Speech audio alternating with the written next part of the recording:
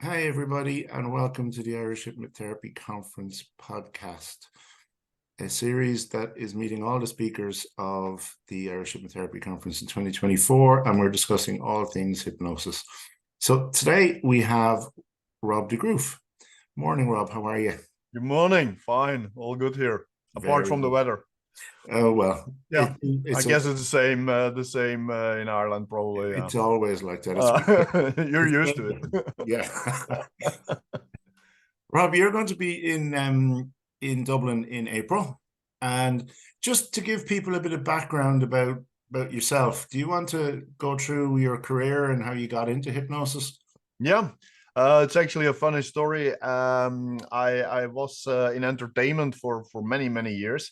I had my own clown shows. I did magic, mentalism, street theater, like stilt walking, fire spitting, juggling, whatever. I had a circus school. I had all those things.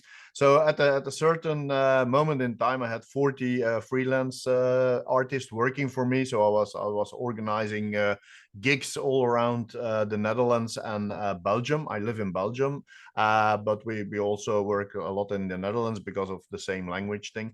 And there was this period that I was getting a bit frustrated in the way that we were. Most of my performance were for children, so it was most of the time, 80% of the time, I was doing child entertainment, and I want to have something in my repertoire that I could add to have more like shows for adults. And one of the issues is that I can't sing. I'm a terrible singer. I already convinced two singing teachers that you can't teach everybody to sing because they had it on their website. We can teach everybody. They had to remove it from their website because yeah, I proved them wrong. So after like 3 weeks, they said, "Okay, you're that one guy that we can go home. Here's your money. Go home." Yeah. So no, and I wanted to add something, but yeah, what? But I had this little seed in my mind about hypnosis because when I was like 16, 17 years old, I was in this like youth organization for atheists for non-believers. We had that here in Belgium, and we had all the Catholic things, and then we had that one. So I was in that one, and we somebody I don't remember who it was, but somebody of our board invited a hypnotherapist or a hypnotist. So and I remember that he did some things with the groups and yeah, probably the suggestibility test or something. I don't know. And he explained about hypnosis. And there was one girl. She was actually a friend of mine who also played some saxophone in one of the music bands that I was in. Um, and she asked him a very odd question. She says, but I just heard you talking about going back into time, regression. And she explained that she lost her mom when she was like 7 years old. And she says, I can't, on a conscious level, I can't remember much about that period in time that my mother was alive.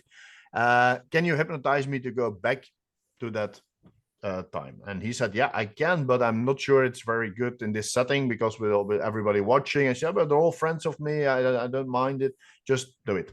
So he did. And the skeptic that I was, yeah, well, non-believers, we are very skeptic in all these things. Goes with the group, yeah. Yeah. And I was like, yeah, right.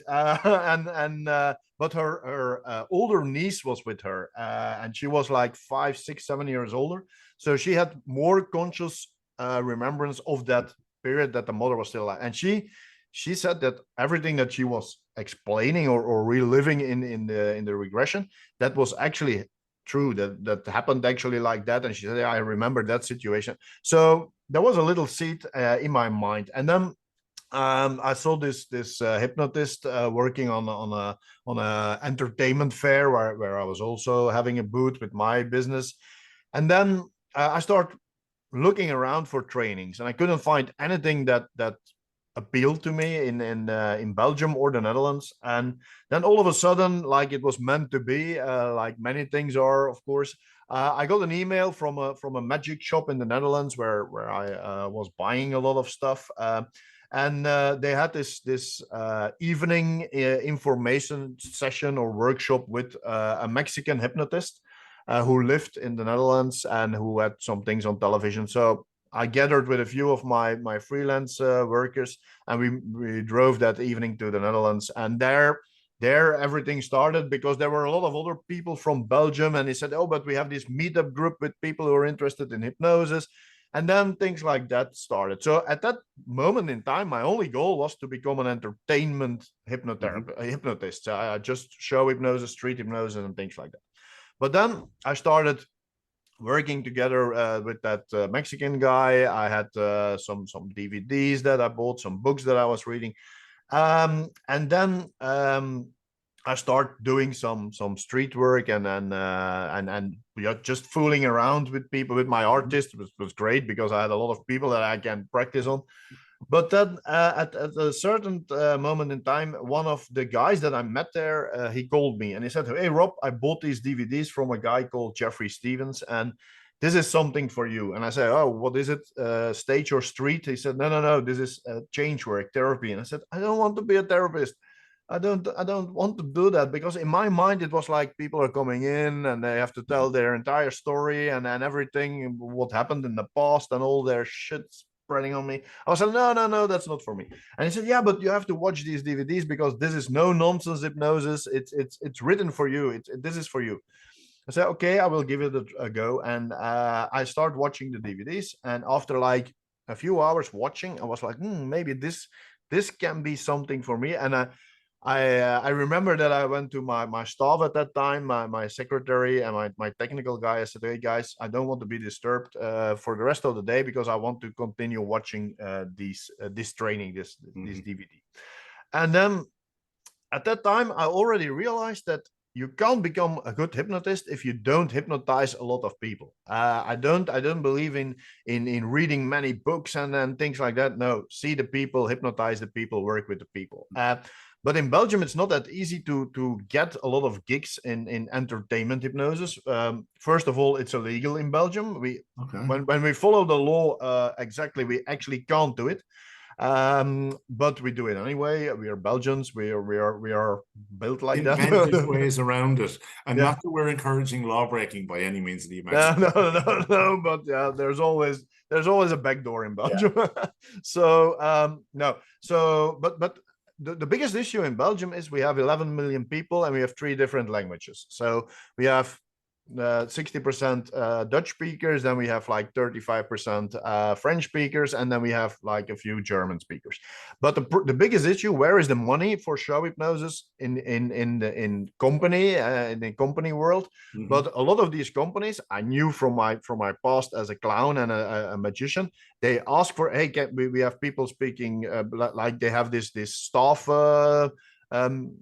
fest or whatever, or annual celebration of the staff or for the children, and they say, but yeah, we have French speakers, we have English speakers, we have Dutch speakers, so you have, but you can't do a hypnosis. You can do a magic show speaking a bit French, speaking a bit Dutch, but you can't do a hypnosis show when you have to say everything twice in a different language. So I didn't see much of opportunities also for street hypnosis. Now, not so easy to get regular gigs. And I was like, if I can do like 1 or 2 therapy sessions a week, I will help some people. I will earn some extra money, and I will hypnotize people on a weekly basis, even if there's only like 2 or 3. So I made this little website. And I used the same marketing as I was using at that time for my entertainment business, Google AdWords. And apparently nobody in Belgium was doing that, because 3 months later I had a full-time hypnotherapy business, and it was overwhelming because people were coming to my home. I had my office there, but just imagine somebody coming in, one of my artists coming back with stilts and then balloons and juggling clubs, and then 5 minutes later a client was arriving for stop smoking, because my secretary was juggling with filling up getting clients a session that they don't have to like wait for a month or something. So it boomed immediately. So was stage hypnosis wasn't allowed, but hypnotherapy is. Okay. Yeah. So hypnotherapy is, stage hypnosis not. So that's the thing in Belgium. Yeah. So yeah, I was hypnotizing a lot at that time, because most of the time I was hypnotizing. I didn't have time to run my other business. And then I start getting more in touch with Jeffrey Stevens. And then I saw that he was going to Australia, or he was traveling somewhere. And I just sent him a message. I said, hey, I see you're traveling to do your trainings. Are you interested in coming to Belgium? Because I love to organize stuff. And I was like, okay, I will. And he said, yeah, will you host? Okay, I can host you in Belgium. So he came over. And so yeah, then we had a very good weekend together. I did the training again, but live now. But I was using that material already. And then a year later, he came for the second time. He also did his advanced training, and then he asked me. He said, "Yeah, but I can't come to Europe every year, and there's a lot of interest here in Europe. You're using my material on a daily basis. You're good at it. Do you want to do the trainings here for me in Europe?" That's how you got into training then. Yeah, of course. Yeah. So I start working together with a colleague in the Netherlands who was also at the same time trained to be a Jeffrey Stevens training. At the moment, Jeffrey died, sadly enough, a few years ago. So at the moment, there are only 3 official trainers in the world. Right. The one in the Netherlands, me in Belgium, and one guy in the United States. But I'm the only one traveling. So I'm the only one traveling from country to country. And that's what I promised the family of Jeffrey, that I will keep his work alive. So that's something what I'm doing. For those people not familiar with Jeffrey, what is the protocol, or is there? The thing is, with the Jeffrey Stevens protocol, it's a very like that guy told me at that time when he called me, it's no nonsense hypnosis. It's really it's short but powerful. So when I do a session, I'm a bit even faster than everybody else. I know that Anthony and Freddie and a lot of other guys all around the world, they're always referring to me when they talk about the one session guy who does it on 10 minutes.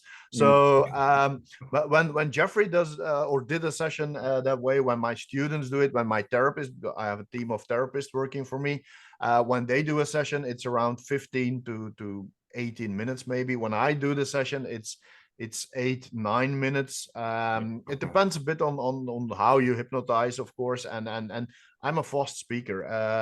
Sometimes my students, when I do a demonstration, they ask me, do we really have to talk that fast? I say, no, that's just my style. You don't have to be a copy of me. That's not needed. You have to create your own style. So yeah, the Jeffrey Stevens protocol, it's a direct hypnosis protocol. So it's short and powerful. And in the change work part, I talk directly to the subconscious mind. So I'm not going to work with a lot of information of the client. That's one of the reasons that when I see clients, I want them to be really clear in what their goal is, or what they want to get rid of, and what their goal is. So when I teach this training, I tell my clients, actually your client, or I tell my students that the client only has to give the issue in 2 words and the goal in 2 words, because I don't want to have too much background information, because I'm going to give the subconscious mind all the responsibility to make all the changes. So I'm not going to dig in the past. I don't do regression. It's just giving direct suggestions to the subconscious mind. Why do you not want to get background information? Do you feel it changes the way you work? Yeah. The thing is, people are coming into your therapy room, and most of the time they already have seen a lot of other therapists. Hypnosis is very, very uncommon to be the first solution that they have in mind. So they have this a journey of different therapists. So they have also a lot of explanations for their problems. So sometimes they come in and say, yeah, but I think it's because of this happened of this. I don't mind, because the subconscious mind knows what is going on. And the moment you start talking to the subconscious mind, like, hey, subconscious mind, at the moment, Vicky is having issues with anxiety, and it's because you did this and that. No, probably it's not true, because it's something that they created on a conscious level von, oh, maybe my problem is because in other therapy, but I'm just telling the subconscious mind, you know why you did it, you had that information, but don't do that anymore. Stop it. Right. The name of my book, stop it. And the yeah, thing, and so that actually, one of new heart so, will be given out to you. Yeah, I want to keep hypnosis simple, and that's really important for me. That's why I call it the art of simple hypnosis. Yeah. Keep it as simple as possible, and that's so. The Jeffrey Stevens protocol is a 10-step protocol, and of course, when I do a session, I don't always use those 10 steps. The 10 steps start from induction to exduction, so that those are those steps. But the good thing of having as needs be, do you? You vary them as needs be. Yeah, of course. And sometimes I add an extra technique in it or whatever. Yeah. But I think the good thing, and that's one of the things that when I do the Jeffrey Stevens protocol training, Jeffrey recorded a video when I became a trainer to introduce the training. And one of the things that they said in that video is that it's really important when you start your practice that you have like a protocol or a structure to build your practice around, because the moment somebody is in my chair, I know what I'm going to do. Right. And I don't have to think about the process anymore. So I can be 100% concentrated and focused on my client to see the feedback, what is going on, how is the body language, the micro expression changing in my client, how is he reacting on whatever I'm saying, how is he deep enough hypnotized, because I have that structure in my mind. I don't have to think about it. And of course, and even when I'm working on the street or when I do a demonstration, I always use parts of that outline, that blueprint, because I know most of these things are and one of the most important parts that I think is it's called the boilerplate, and that's actually when I do the presentation at the conference. That's actually one step out of the protocol that I will teach fully in my presentation. So I will, in my presentation, I will go over the Jeffrey Stevens protocol. I will introduce it, and one step, and I think it's the most important step that you can use in every single hypnosis session, whatever technique that you're using, whatever protocol that you're using, whatever induction, that simple part, I also use it when I do street work, whatever. It's a part that will help everybody. So that's one step that I will explain fully when I do the presentation. Look forward to that. So it's like it is solution focused, but it's forward focused. So it doesn't really look back very much. It just no. There's no looking back. There's no looking back. And the client's only concerned about the future anyway. Yeah, yeah, of course. The thing is, Jeffrey was really against regression, especially regression to calls. I'm not a big fan of that either. So I know that's a big thing in the hypnosis world. You have the pros, you have the contras. For me, it doesn't matter as long as the client has what he wants. The client is not paying us for our time, because a lot of people still think that clients are paying us for our time. Sometimes clients do think the same. Sometimes I get emails where I was only in for half an hour. Yeah, that's the way I work. I'm not going to extend my session just to get to the hour, because I think the longer that you make your session, the more mistakes that you can make, the more wrong things that you can say to the subconscious mind or to the client on a conscious level. So I think clients are paying us for a result. Yes. And how you create that result doesn't matter, as long as the result is there. And in my mind, you don't need to go back in digging in time, and especially because honestly, I don't think we were trained for that. Let's give me an example. When you hypnotize a client and they have like a fear in the dark, and you hypnotize a client and you do regression to cause, and all of a sudden there's this trigger that coming on the surface where she was like violated when she was like 3 years old. Okay, then you have a client, a lady client sitting there with a lot of information that she didn't have before. I'm not a psychologist. I'm not a talk therapist. I'm not. I work with the subconscious or the unconscious mind, not the conscious mind. So for me, I don't go there. So and everybody who's trained in that and can use it in a good way, good, do so, as long as you have good results. Well, I'm a bit, I mean, I use a lot of thought. I use KS and various other techniques that would get rid of a lot of stuff without having to go to cause. But there are times, and I will do it because I am trained in doing it. Yeah. And I think it's important for a hypnotherapist and for every type of therapist to have a toolbox with a lot of tools in. And don't focus on only one protocol or one technique. It's important that you have, like I said, one protocol that you can base your practice on, that you always know that you have your go-to thing. Yeah. But then, of course, you have to be able to work outside the box, because I think that that's really important.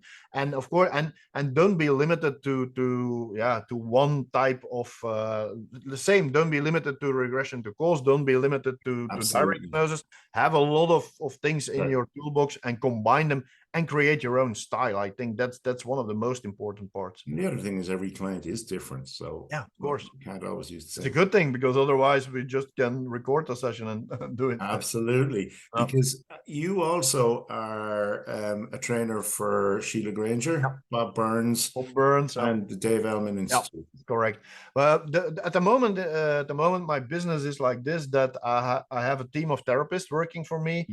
Before COVID, we had four venues in Belgium. It's a bit less now. So we will at the moment we have 2. We will go back to 3, and then probably back to 4.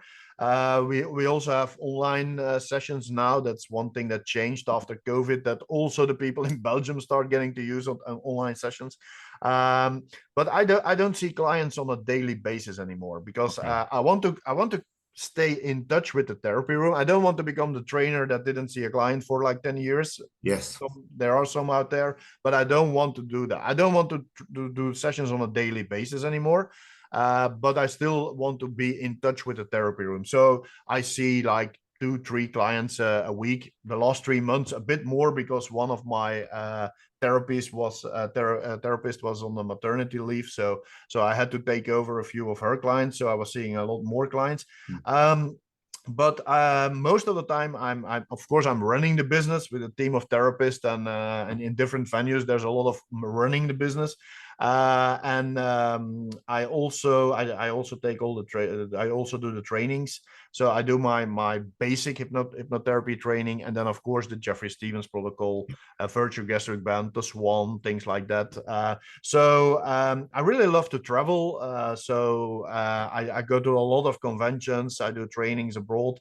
I live part-time in Bulgaria because we have a home there as well.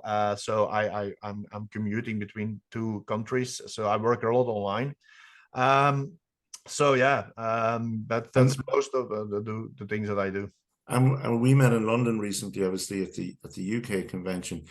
So you got your hypnosis quota, or hypnotizing people's quota, because you had the presentation on fast inductions. Yeah, which was really good. Yeah, really, really good. Yeah. And when did you start getting into speaking? Was that a natural thing from the training, that as you were doing? Yeah, the thing is, I've been on stage for 20 years before I did this. So right. I'm even in high school. In high school, we sometimes you have to do like a presentation on a topic. Yeah. And all my fellow students, they were afraid of doing that. They hate to do that. I was looking forward to do that. So for me, being on stage, talking to people, it's what I love to do most. For me, that's one of the reasons that I don't do entertainment anymore, because I don't have the time. But I don't miss it, because for me, teaching and doing presentations like I did in London, that's my entertainment at the moment. So I love to be in front of a crowd, and I can see the difference when I'm doing even when I do a hypnotherapy session, when I do it in front of a room full of students. Yes. Or I do it in a therapy room all alone. It's a different vibe. When I have an audience, I even put more in it. It's that audience lights thing. You up. It's an entertainment thing, of course. Yeah. So yeah, that's so the teaching and the demonstrating and the talking in front of groups. Yeah, that's I think for me. I think at this stage I've seen 3 of your presentations. I saw your waking hypnosis one, your mentalism one, and then your super fast inductions one. So you cover an awful lot, to be fair to you. Yeah, I know. Yeah, there are a lot of topics that I can talk about, of course. Mm. Most of the time, one of the things, yeah, you saw that one in London. One of the things that I like most is the fast and powerful inductions, Yes. because I never do long inductions. I always do very short inductions. It's of course, for me, one of the issues that I found, especially in the UK, I see that a lot of people are doing hypnotherapy for 20 years and never did an instant induction. Yeah. It's because they're not trained in that, and then it's really hard to get confidence in doing instant inductions. For me, I used it on the street and in my shows from day one. So of course in the beginning I didn't have the confidence of but yeah, I remember doing a self-hypnosis session to get more confidence in doing. But the moment you're able to hypnotize people on the street, Yes. yeah, then it's easy in a controlled environment like a therapy room, of course. So yeah, I did it the other way around. So that's no. Yeah. Well, I mean, and I've had this conversation with a lot of people that that's one of the things is confidence. It just gives you Yeah. immediate confidence. There's more, but confidence is one. You've also had a TV show, Rob. Yeah, I had an online thing. I had an online thing, Online. the art of simple hypnosis. I had actually I should restart it because it was a bit the same like what we're doing now. Me interviewing hypnotherapists all around the world, or hypnotists or other people. But then yeah, COVID came and I had to rearrange my entire business here. So Yeah, I actually didn't have the time to do that anymore, because it's something that's still on my bucket list to start again with that. Right. Okay. Because I mean, just looking at your bio, there's a huge amount of products you have in terms of hypnofasting. You've products for golfers, breast enlargement, and Stop Forever. So you've quite a bit of product range attached. Yeah, I'm one of the things that's one of the one of my issues. I need to see a hypnotherapist for that. Now I really like to create things, and I'm always looking to create new stuff. You And don't need to that's see a hypnotherapist for that. That's a really good complaint. yeah, I know, but then so no, at the moment I'm working at something new, the audio hypnosis website. It's a very big project. So what I'm actually my goal is to have the biggest audio hypnosis web shop in the world. The goal is to have 100 different topics on it, 100 different sessions. We have 65 in Dutch when now, and the goal is to have those 100 sessions in around 20 different languages. So at the moment we have 4 languages online, but the biggest thing with that one is I want it to be like a resource where hypnotherapists can send people to, because I know a lot of hypnotherapists, they want to sell audio hypnosis recordings, but they don't have the equipment or the voice or the ability to create these sessions, or they just don't want to put in all the work. There's all the a good bit of time involved in that. Yeah. So that's actually why I created that website. So it's audiohypnosis.online. Okay. And it's a 100% neutral website, so that my name is not on there, nobody of the speakers, because all the sessions will be recorded by native speakers, so hypnotherapists who are native speakers in a certain language. But their names will not on that website, so it's a 100% neutral website. So if somebody sends one of his clients, or like an influencer sending people from their network, they will not lose the client, because there is no advertisement of other hypnotherapists on there. So it's actually like, so at the UK hypnosis convention, somebody called it the click bank for audio hypnosis sessions. That's actually what we're building at the moment. So, and my goal is to get as much as hypnotherapists all around the world working as an affiliate partner for that website. So whenever a hypnotherapist sends somebody to that website, they will get 50% of the sale. So that's the big project at the moment. That's So it's human resources actually saves them time and money. Yeah, and there will, and and there will be a lot of there will be very at the moment. You mentioned golf. That's something I'm an avid golfer, so I'm a bit an addicted golfer, and I try to go to the golf course this afternoon. There are only 6 holes are open because of the course was closed for 14 days, so I really have to go out there now.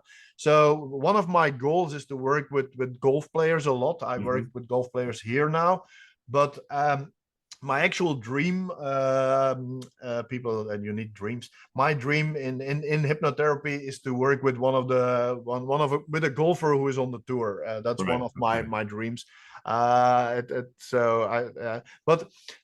So that's one of the protocols that I created, hypnosis for golfers, and I also have the hypno fasting thing and things like that. So yeah, okay, and I'm sure you'll get to meet a few golf courses when you get to Dublin. That's I already have one on my list because I'm in many Facebook groups, of course, and there was somebody posting that she was working in Dublin and she was playing one in Wicklow, I think. It was quite close to Dublin. Yeah, there's quite a few. There's a few. I know. I think I know where it is because I've been to Ireland many times. It's a long time ago that I was there, so I'm really looking forward to that.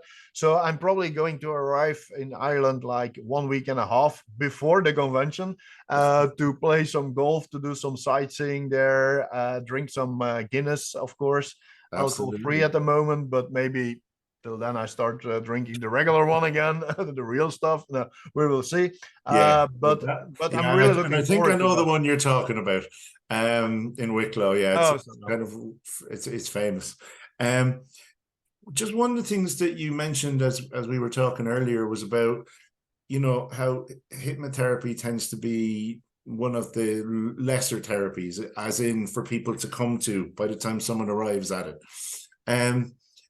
Does that worry you, or do you try and change it, or do you just the thing is, people sometimes because Belgium is a small country, of course, and I train a lot of people here in Belgium. Like next week we have another 7-day training.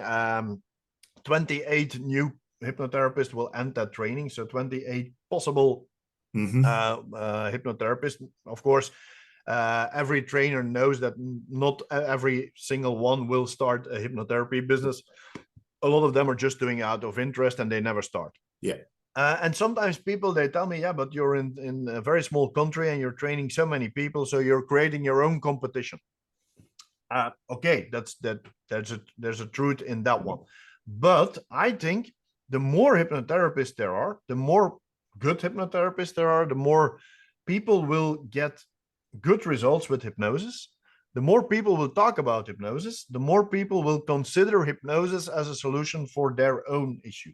So I think the best way to because we have I see since the 13 years we're active here in Belgium, I see a difference now that some people are actually coming to hypnotherapy as their first go-to because they have referrals from a psychologist, from a doctor, from another client.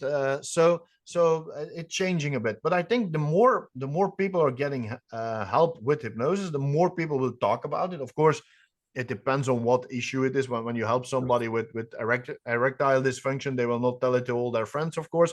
But when it's weight loss or stop smoking or whatever, then people will talk about it. And I think the best way to get hypnotherapy on the map is results. Yeah, okay, brilliant. I love that. You can do marketing as much as you want. You can spend thousands of dollars or pounds or euros on marketing, but you need results, and results is free marketing. Yes, absolutely. And like you said, it depends on the therapy, if you like. Smoking, weight loss, all of those are fairly easy to refer on, and it's a very visible one. Whereas, people who are depressed, they mightn't want to talk too much about it. No, it depends on the issue, of course. Yeah, of course.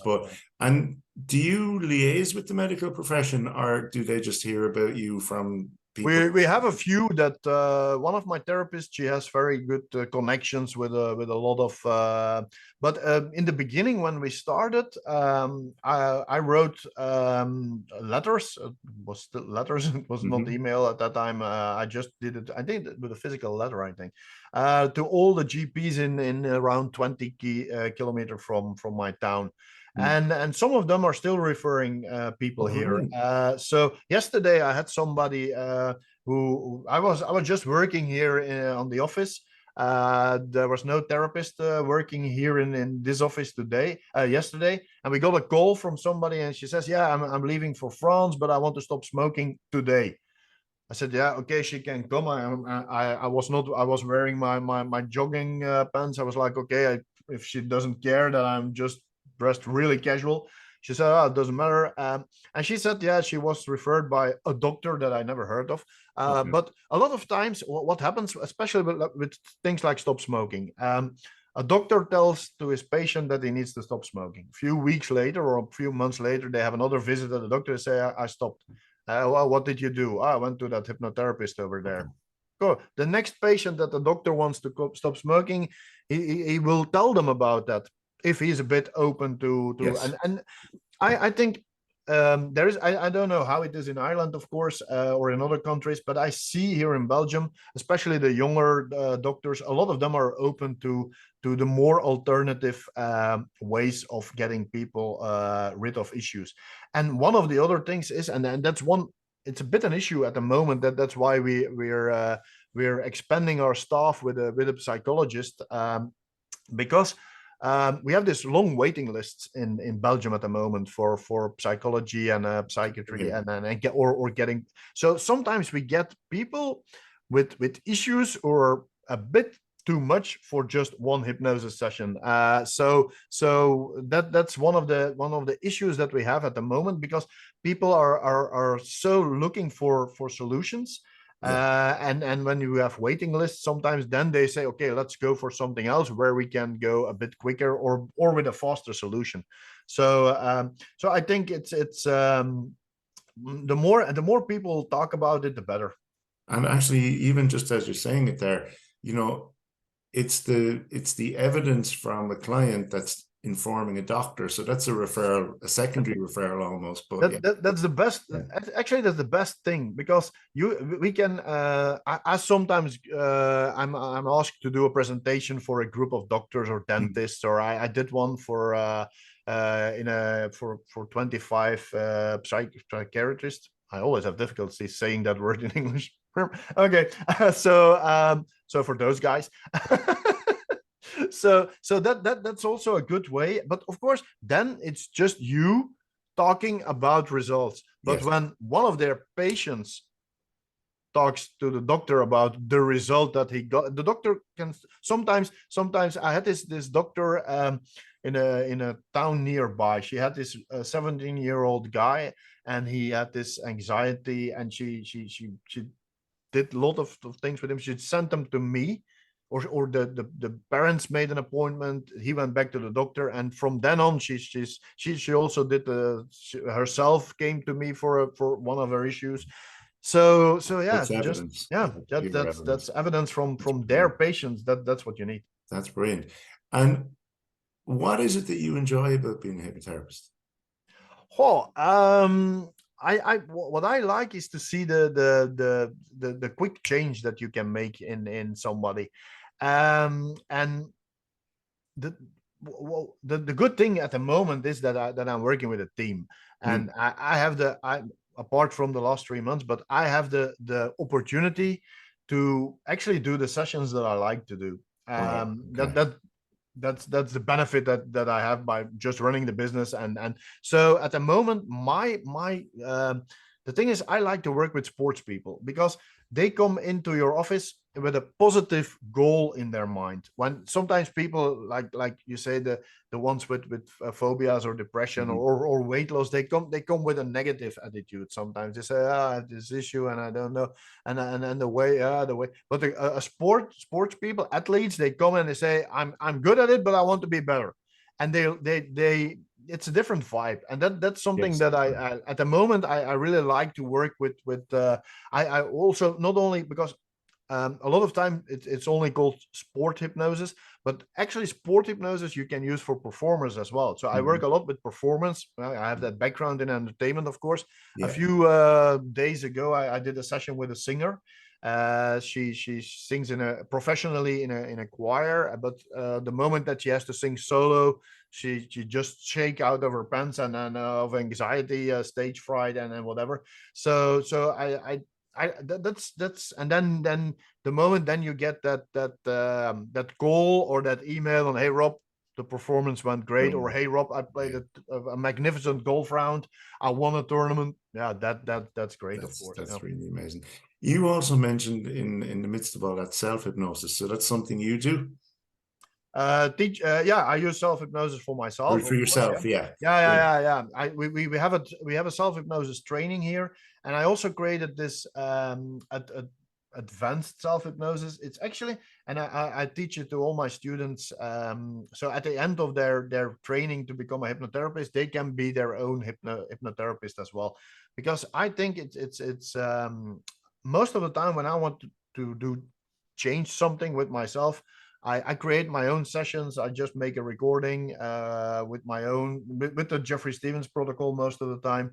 And I listen to that recording because I don't trust any other hypnotherapist. No, it just, the thing is, when I do it with myself, I just, that recording sometimes only lasts like 3 minutes, because I put myself in. I'm not the best hypnotic subject. But one of the things that I also experienced, especially with myself, I'm not a guy that you can hypnotize and then do some entertainment with, forget my name or stuck on the floor. That probably is not going to work. But do a hypnotherapy session with me, and the result is there. Brilliant. So yeah. So I think that sometimes people are looking too much for, oh, this is somnambulist, everything will work. Yeah, in entertainment. But in therapy, you don't need them. In therapy, you need the will of the client to change and a good hypnotherapy session, and that's it. Yeah. Something must change. It must be now. Yeah. It must be me. Yeah, and actually, from self-hypnosis, I use the Swan when I'm using self-hypnosis, because we have this wonderful tool. We may as well use it for ourselves. Yeah, of course. Absolutely. So you're going to be in Dublin on April 20th and 21st. You're going to be doing a presentation on the Jeffrey Stevens techniques. Yep. That's the goal. It's only a 1 hour. 1 hour. Yeah. Normally I do that one in 2 hours, but I'm going to change it a bit. Especially for all the Irish people to learn. No, but I'm going to speak even faster than I normally do. No, but I'm gonna. Yeah, the thing is what I'm going to do in that presentation. I'm going to go over the protocol. I'm going to teach them that specific step, and I'm going to do a full session. Great.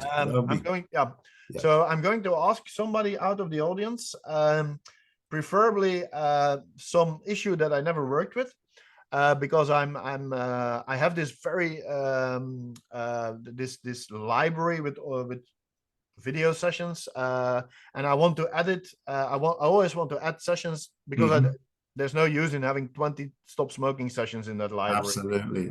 I always want to add something that I don't have in my library yet. So, but of course, I don't have that many. Most of them are in Dutch language. So in English, there's more possibilities. So no, the thing is, what I want to show is that I'm just going to get somebody out of the audience, and I ask them like 2 or 3 questions, and I start doing my session. That's what I'm going to demonstrate, and the session will last 8 minutes, 8-9 minutes. Wow. And so that's what that's going to be something fascinating, and a benefit for someone who comes up to do the demonstration with you. We're also talking about, you're going to be here in June as well doing training. June 15th and 16th. So we can talk more about that as the conference. Yeah, the training that I'm going to do is the Jeffrey Stevens certification training. So it's a 2-day training. In that training, I will explain the entire protocol, the way that Jeffrey created it. Of course, I will give my my insight in it. Of course, I will also in that training they will also see 2 full demonstrations of Jeffrey doing sessions. I will do a live session. It's a hands-on training, so they will practice. They will practice a lot. So we will go step by step the 10 steps of the protocol. They will practice it, and then we add another step. They will practice it, and at the end they will be able to do a session with a client for every single issue without being prepared. I without a script, without anything. I did sessions for issues that I never heard of, with good results, because that's the way that protocol is that built. sounds absolutely And fascinating. that's and they will get certified. They will get a certification from the European Hypnosis Academy, but they will also get one, an American one, from the family, because it's the official training.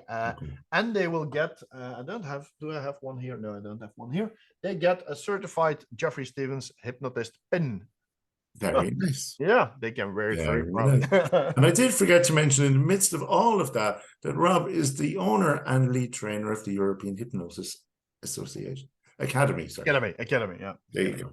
That teaches you so much stuff. Yeah.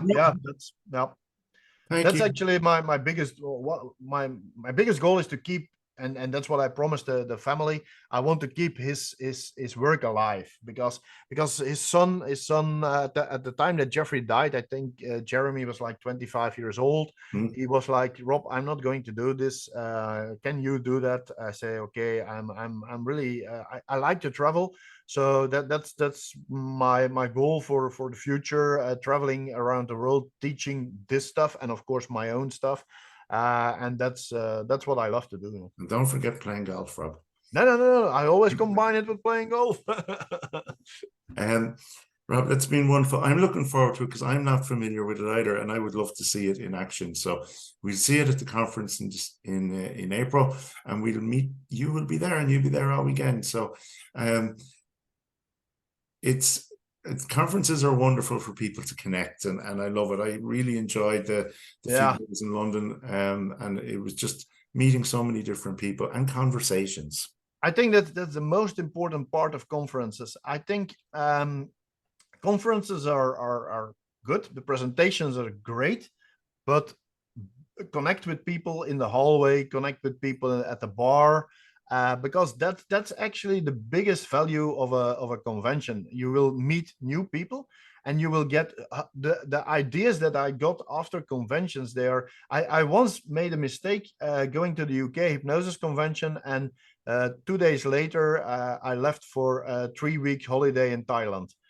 It was terrible, because my head was full with new ideas because of all the conversations that I had, the ideas that, and then I had to go on a 3-week relaxation break, traveling around Thailand. Great, of course, but not with a head full of ideas, because you want to start working on it. So I never book holidays after conventions anymore. So but the biggest advice that I can give to people, go to conventions, connect with people, and you will get not only get ideas, not only for therapy, but also for business, to maybe do something else in your business, add something, but you will get friends for life as well. And it's very, very interesting, especially for hypnotherapists, because being around people who are doing the same thing, or have the same interest, it's really interesting. And the good thing of conventions like the one in the UK, like Hypnotalks, like the one that you're organizing,